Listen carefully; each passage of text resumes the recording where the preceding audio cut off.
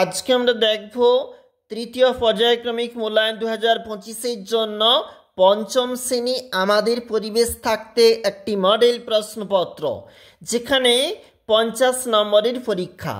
সঠিক উত্তরের টিক চিহ্ন দাও, রয়েছে কিন্তু 6 নাম্বার, যেটা সঠিক হবে এখানে তোমাকে সঠিক বা টিক চিহ্ন দিতে হবে।